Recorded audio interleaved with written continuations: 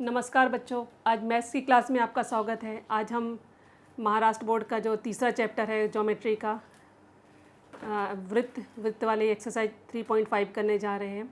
और 3.5 करने से पहले मैं थोड़े से आपके तीनों गुणधर्म लिख कर रखे हैं, इन गुणधर्मों को बता रही हूँ क्योंकि ये जो 3.5 में हमें इन्हीं गुणधर्मों का उपयोग करके सवालों को हल करना है। तो पहले जैसे मैंने लिखा था जीवाओं के अंतः विभाजन, तो अंतः विभाजन यानी एक जीवा ए बी है और एक जीवा सी डी है और ये एक दूसरे को वृत्त के अंदर काट रही हैं। इसको कहते हैं जीवाओं का अंतः विभाजन। यानी जीवाएँ जो होती हैं ना, जो वृत्त के इस तरह से बिंदु होते हैं, ये यदि वृत्त है तो ये सब क्या होती है, वृत्त की जीवाएँ हैं। तो ये जो जीवाएँ हैं वृत्त की, वो कहाँ कट कर रही हैं, वृत्त के अंदर। तो इनको कहते हैं जीवाओं का अंतः विभाजन। तो यदि जीवाएं एक दूसरे को अंदर कट कर रही हैं तो गुणधर्म क्या होता है, वो गुणधर्म मैं आपको बताने जा रही हूँ। तो इसमें जीवाएं किस बिंदु पे कट कर रही हैं, पी बिंदु से। तो पी बिंदु से जीवा का पहला बिंदु और जीवा का दूसरा बिंदु, ठीक है। पी बिंदु से जीवा का पहला बिंदु और उसी जीवा का दूसरा बिंदु, ये ध्यान रखना। फिर पी से जीवा का पहला बिंदु और उसी जीवा का दूसरा बिंदु। तो मैंने लिखा, आपने देखा चारों में पी आ रहा, पी से ए और पी से बी, तो P A into P B बराबर P C into P D, ये हमें आएगा। ये हमें गुणधर्म को याद रखना, इसको कहते हैं जीवाओं का अंतः विभाजन। अब जैसे मैंने कहा कि यदि जीवाएं वृत्त के अंदर नहीं काट रही, फॉर एग्जाम्पल ये वृत्त है और ये वृत्त की दो जीवाएं इस तरह से हैं, ठीक है। तो ये वृत्त में नहीं काट रही हैं, परंतु यदि हम इनको पीछे की ओर बढ़ाते हैं, ठीक है, यदि हम इनको पीछे की ओर बढ़ाएंगे तो हम देख रहे हैं कि ये किसी बिंदु पे इनको कट करती है। तो मान लीजिए ये बिंदु पी है, तो गुणधर्म हमारा वही रहेगा कि जीवा का पहला बिंदु, जैसे ये ए बी है जीवा और ये है सी डी, तो पी से जीवा का पहला बिंदु, पी से जीवा का दूसरा बिंदु, पी से जीवा का पहला बिंदु और पी से जीवा का दूसरा बिंदु। तो आप देखेंगे यहाँ पे आ जाएगा पी ए और P A into P B, यानी पी से ए और पी से बी, पी से सी और पी से डी। तो ये कहलाता है जीवाओं का बाह्य विभाजन। बाह्य विभाजन यानी जिन जीवा कहाँ कट कर रही है, बाहर कट कर रही है। अब यदि एक ऐसी स्थिति है कि यदि आपकी, जैसे मैंने कहा था, अब आपकी जो दो जीवाएं हैं, ये आपका एक वृत्त है, एक वृत्त की ये जीवा है और दूसरी जीवा ऐसी छोटी होते होते, जैसे ये जीवा ऐसी है, बाद में ये जीवा और छोटी हुई और बाद में ऐसी हो गई कि जीवा किसके रूप में चेंज हो गई, स्पर्श रेखा के रूप में चेंज हो गई, ठीक है। तो यहाँ पे भी क्या हो जाएगी, ये एक जीवा है और दूसरी जीवा किस में रूप चेंज हो गई, स्पर्श रेखा के रूप में चेंज हो गए। तो क्या गुणधर्म होता, अब ये कहाँ पे कटता, मान लीजिए पी बिंदु पे, तो ये बिंदु है एस है, यह है हमारा ए और ये है बी। तो गुणधर्म क्या हो जाएगा, पी एस का वर्ग बराबर हो जाएगा P A into P B, P A into P B, जो इसको कहते हैं स्पर्श रेखा छेदन रेखा खंडों का प्रमेय। तो ये इसका तीसरा गुणधर्म होता है। अब मैंने आपके लिए बुक का पहला क्वेश्चन लिख कर रखा है 3.5 का, और वो मैं आपको करके बता रही हूँ। मैंने बुक में लिखा है, मैं आपको क्वेश्चन भी पढ़ के बता दे रही हूँ क्वेश्चन में क्या लिखा है। क्वेश्चन में जो दिया है कि आकृति में क्यू बिंदु जो है स्पर्श बिंदु, क्यू बिंदु जो स्पर्श बिंदु है पी क्यू, ये है इसका मान दिया 12, पी आर का मान 8 दिया है। तो पी एस कितना, यानी हमें जो निकालना है पी एस निकालना है और दूसरा निकालना है आर एस, ये पी एस और आर एस हमें निकालना है, ठीक है। तो जैसे मैंने कहा था ये गुणधर्म मैंने लिखा स्पर्श, यहाँ पे आप देख रहे हैं कि ये स्पर्श रेखा है और ये छेदन रेखा। तो गुणधर्म में क्या होगा, स्पर्श रेखा छेदन रेखा रेखा खंडों के प्रमेय से क्या गुणधर्म हो जाएगा, ये हो जाएगा हमारा पी क्यू, स्पर्श रेखा कौन सा है, पी क्यू का वर्ग बराबर हो जाएगा पी आर का स्क्वायर, पी आर गुणित पी एस, यानी जीवा का पहला बिंदु जीवा का दूसरा बिंदु। तो पी क्यू का वर्ग बराबर हो जाएगा P R into P S.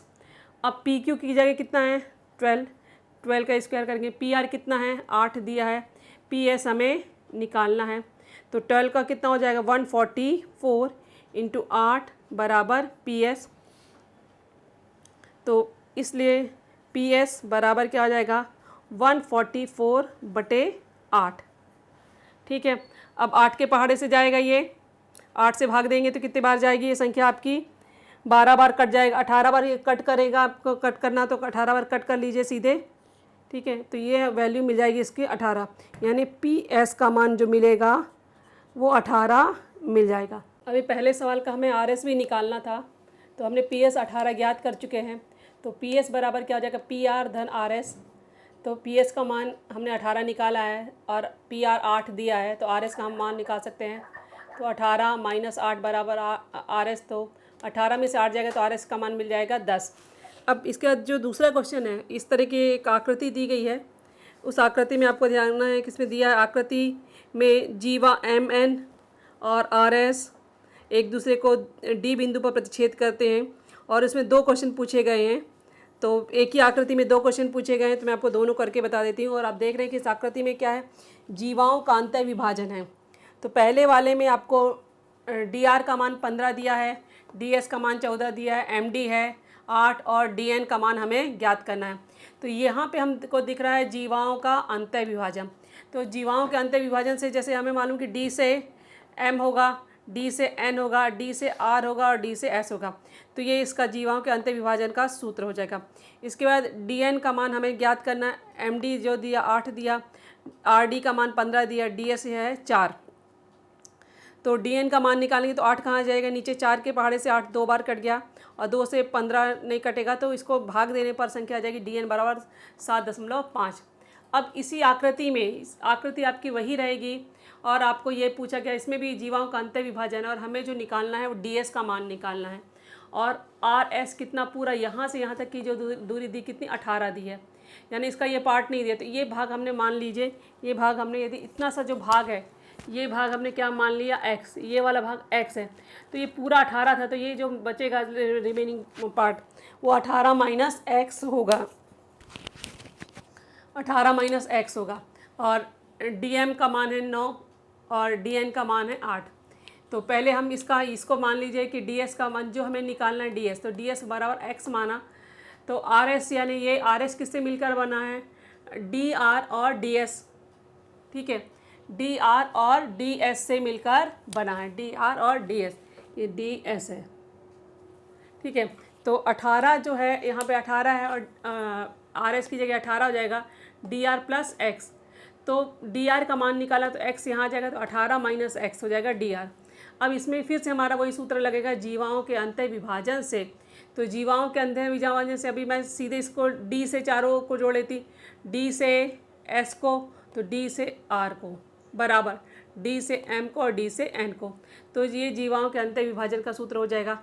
ds की जगह x हो जाएगा, dr की जगह हो जाएगा 18 माइनस एक्स, यहाँ 9 इंटू 8, यहाँ पे x का अंदर गुणांक 18x, या x का x में एक्स स्क्वायर बराबर 72। तो 18x माइनस एक्स स्क्वायर 72 को भी यहाँ लाएंगे तो माइनस 72। तो ये हमारा एक वर्ग समीकरण बन जाता है। तो हम इसको अरेंज करेंगे और माइनस से गुणा करेंगे। तो ये माइनस का है तो प्लस में, ये प्लस का है तो ये माइनस में, और ये माइनस का है तो प्लस में। इस तरह से हमें समीकरण प्राप्त होगा। तो ये एक वर्ग समीकरण जिसको हल करने पर हमें क्या मिलेगा, 18x के 2 भाग होंगे 12 और 6। 12 और 6 कितना होता है 18, और 12 और 6 को गुणा करने पर 72 मिलता है। तो फिर से हम ब्रैकेट निकालेंगे तो x से x माइनस बाहर, यहाँ से हमने x कॉमन लिया, यहाँ से 6 कॉमन लिया, तो एक मिला x माइनस 12, दूसरा x माइनस 6। तो x बराबर 12 मिलेगा या x बराबर 6 में x माइनस 6 है। तो x 12 या x 6, इसमें हमको दोनों मान लेकर ही चलना, क्योंकि दोनों मान कैसे आपके धनात्मक हैं। तो इस तरह से ds का मान 12 और या ds का मान 6 होगा। अभी मैं आपको बच्चों क्वेश्चन नंबर 4 बता रही हूँ, और इसका तीसरा और 5वां भी आपको बताऊंगी नेक्स्ट वीडियो में। ठीक है, अभी क्वेश्चन नंबर 4 आपको बता दे रही हूँ, जिसमें कि जीवाओं का बाह्य विभाजन आपको दिखाई दे रहा है। जैसे मैंने कहा था कि ये 2 जीवाएँ हैं ts और rq, जो वृत्त के अंदर नहीं कट रही, कहाँ पे कट रही हैं, ये 2 जीवाएँ यहाँ पे है, इतनी है, और ये जीवाएँ वृत्त के बाहर कट रही हैं, वो p पॉइंट से।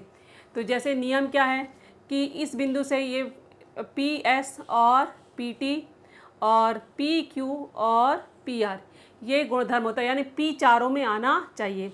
तो इसमें जो हमें जो दिया है वो मैं आपको बता देती हूँ कि PQ का मान आपको 6 दिया है, QR का मान दिया है 10 और PS का मान 8 दिया है, और हमें क्या चाहिए, PR चाहिए। ठीक है, तो PR हम कैसे निकालेंगे, ये हमें QR का मान 10 है, ये 6 है, तो इन दोनों को जोड़ेंगे तो क्या मिल जाएगा 16। यानी जो PR किससे मिलकर बना, PQ और QR से मिलकर बना है। तो इनको जोड़ने पर क्या आ जाएगा, 16 आ जाता है। अब हमारा सूत्र जो है वो है जीवाओं के अंतः विभाजन से, जीवाओं के बाह्य विभाजन से, क्योंकि इसमें दोनों जीवाएं कहाँ कट रही, वृत्त के बाहर। तो इसमें जो गुणधर्म लगेगा जीवाओं के बाह्य विभाजन से, और जैसे मैंने कहा था P से S बिंदु, P से T बिंदु, P से Q बिंदु और P से R बिंदु, यानी इस प्रतिच्छेदित बिंदु से जीवा का पहला बिंदु, जीवा का दूसरा बिंदु, फिर दूसरी जीवा का पहला बिंदु और जीवा का दूसरा बिंदु, ये इसका सूत्र होता है जो आपको याद होना चाहिए। अब PS की जगह कितना दिया है, 8 दिया है, PT हमें निकालना है और PQ की जगह 6 है, PR हमने 16 निकाल लिया तो ये हमने रख दिया है, तो 8 यहाँ पे आ जाएगा, तो 8 से 16 दो बार कट गया, तो PT का मान मिल जाएगा 12। PT यानी यहाँ से यहाँ तक की दूरी हो जाएगी PT, पर हमें क्या निकालना, TS निकालना है। तो PT जो होगा वो किससे मिलकर बना है, TS और PS से मिलकर बना है। ठीक है, तो PT का मान हमने 12 निकाल लिया है, TS हमें ज्ञात करना है और PS का मान है 8। तो ये 8 जो हो जाएगा यहाँ जाएगा, तो 12 में से 8 क्या आएगा, TS, तो 12 में से 8 जाएगा, TS का मान मिल जाएगा 4। ठीक है, तो आप मेरे इस वीडियो को लाइक करिए, शेयर करिए और सब्सक्राइब करिए। थैंक यू बच्चों।